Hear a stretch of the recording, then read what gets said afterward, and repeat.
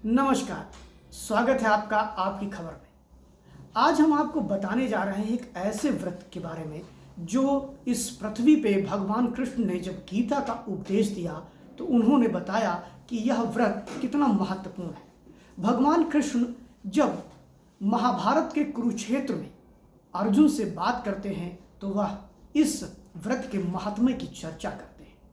अनेकों जन्मों के पाप को नष्ट करने वाला अगर कोई व्रत है, आपके आर्थिक उन्नति, आपके सामाजिक उन्नति और आपके मन की शांति के लिए अगर कोई व्रत है तो वह व्रत है एकादशी का व्रत। भारतवर्ष की अगर हम बात करते हैं, भारत के बाहर बात करते हैं, तो जो हिंदू जनमानस है उसमें एकादशी व्रत को लेकर के बड़ा ही उत्साह होता है। खास तौर पर कार्तिक मास की एकादशी को लेकर के कुछ ज़्यादा ही लोगों में उत्साह होता है। कार्तिक मास की एकादशी में इतना उत्साह क्यों है तो आपको बताना चाहेंगे कि कार्तिक माह माँ लक्ष्मी का माह होता है। कार्तिक माह इतना पवित्र माह होता है जिसमें भगवान विष्णु अपनी निद्रा से 4 मास की निद्रा से जागते हैं, इसलिए देवोत्थानी एकादशी के नाम से भी लोग जानते हैं। अनेक लोग जो एकादशी व्रत रहने पर विश्वास करते हैं वह अक्सर कार्तिक माह की उजाले पक्ष की यानी कृष्ण पर शुक्ल पक्ष की एकादशी का व्रत रहते हैं। हम में से अधिकांश लोग एकादशी के बारे में, उसके नियमों के बारे में विधिवत जानते हैं।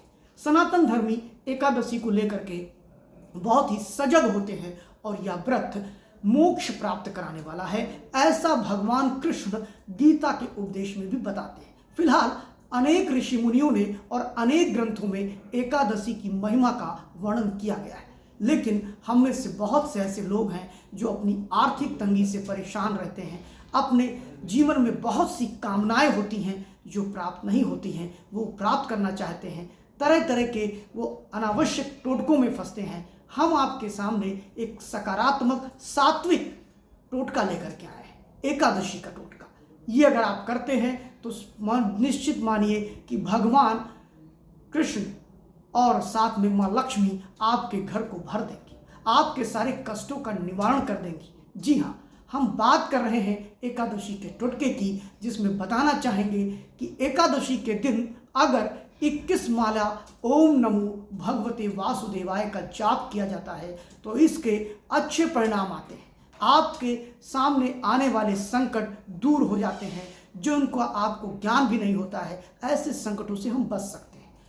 अगर एकादशी के दिन आप एक नारियल का गोला लें और उस नारियल के गोले को ऊपर से काट दें और उसमें गरी का बुरादा भर दें, थोड़ी सी चीनी डाल दें, फिर ऊपर से उसको ढक दें। फिर क्या करना है? फिर आपको किसी भी ऐसे स्थान पर जाना है जहां आसपास चींटियां रहती हों, वहां मिट्टी में इसको गाड़ देना है और आप देखेंगे जैसे जैसे चींटियां इस बुरादे को और इस नारियल में भरे नारियल को खाना शुरू करेंगी, वैसे ही आपका दुर्भाग्य समाप्त होना प्रारंभ हो जाएगा।